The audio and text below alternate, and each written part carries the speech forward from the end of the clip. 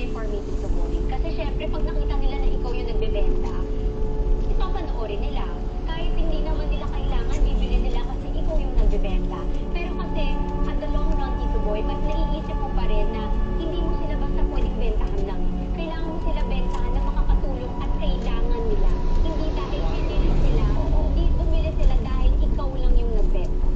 Dapat sulit kita. Yes po. Ito nga yung pag-uusap ko rin ngayon ay we decided to have statements. Mga statements na galing sa netizens, galing sa iyo. Umpisahan natin ang una. Direct, nasa ng ating unang Parang ano statement. naman siya, hindi siya okay. Hindi, pero dramatic. Live seller ka na. Hindi ka na artista. Siguro wala kang work. React. Nakabili po ako agad ng sasakyan nung nag-live selling po ako. Yun po yung una kong napundar. Actually, sa tagal ko po sa pagiging artista, marami naman na po ako nabigay kay mama. Marami na siyang paupahan, may mga sarili kaming bahay. Pero Tito Boy, nag-start ko ako 3 years old. I am 30 years old now. Ganun ko po katagal na bigyan yung parents ko ng kailangan nila. Pero sa live selling po, as in, nabili ko po siya ako. Ganda. At hindi lang, alam mo yan, dumating ka, iba yung tiwala, iba yung tinting, iba yung vibe, iba yung aura. Di ba? Yes, kasi parang hindi ganun CEO, ganito pala. Pero alam mo, Tito Boy, ganit ako pa rin to. Ako pa rin to. Noon mo ako na-interview. Ako pa rin to. As bubbly as I am. Hindi naman ako maniwala kasi CEO ka na eh. Sandali lang. Noon, paano ang kukunin kay Rai? Parang ganito lang. Di ba? Ang CEO, paano na? Parang ganito. Di ba? Let's go to our next statement. Ito naman, yung nasa ganyan, ano upuan na naman yun? Parang sa bahay to. Babae lang. Sa Okay. jowa yata yun. Okay. Punta na, there's another statement that I'd like to go. Huwag magsosyo sa negosyo sa boyfriend o girlfriend. Naririnig natin yan. Para hindi kayo Pero mag-away. napagdaanan ko rin po yan noon. Talaga. Sa mga lumang tao sa buhay mo, talagang mapagdadaanan mo. Ano ang nangyari? Ayun, Ano ang leksyon na natutunan mo noon? ayun na baon. Nabaon. Diba? Talagang baon na baon talaga sa utang ng mga ganyang katauhan. Oo. Pero kasi Tito Boy, alam mo napansin ko, noon ganun yung thinking ko Pero kasi talaga, pag nasa tamang tao ka, hindi talaga kasi kami nung boy, Tito Boy, kami nag-away sa pera. And lahat ng money ko, lahat ng money niya, kaya talagang, hindi ko talaga, pero ngayon, Tito Boy, sobrang gastos ko kasi.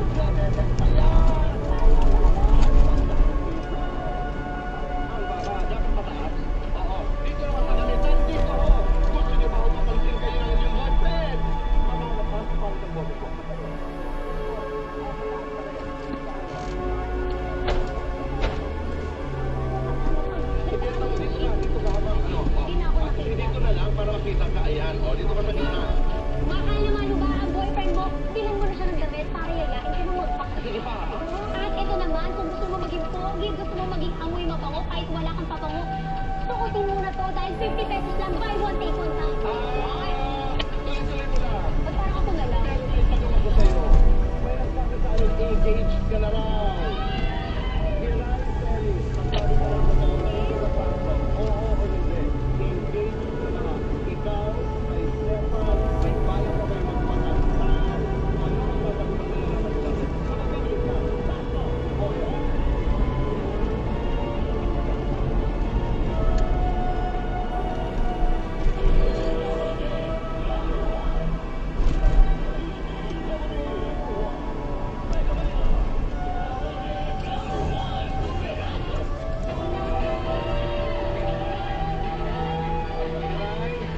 Let's go fast. 2 minutes, our time begins now. Beauty shot, sexy shot. Sexy shop. Pretty sexy. Sexy. Hotness, freshness. Freshness. Pera, puri. Pera! Acting, selling. Selling! Clinical, or stroke. Binibaby ka, binibaby mo. Pelosa, balilosa. Pelosa. Lamang mo kay Marian Rivera. Bakit yata? Lamang mo kay Harry Bautista. Kinikilig. Sobrang. Okay, kinikilig ka kay Stefan Sabas. Inuusa. Nabubuhay sa Stefan Sabas. Thank you. Kung usa ka,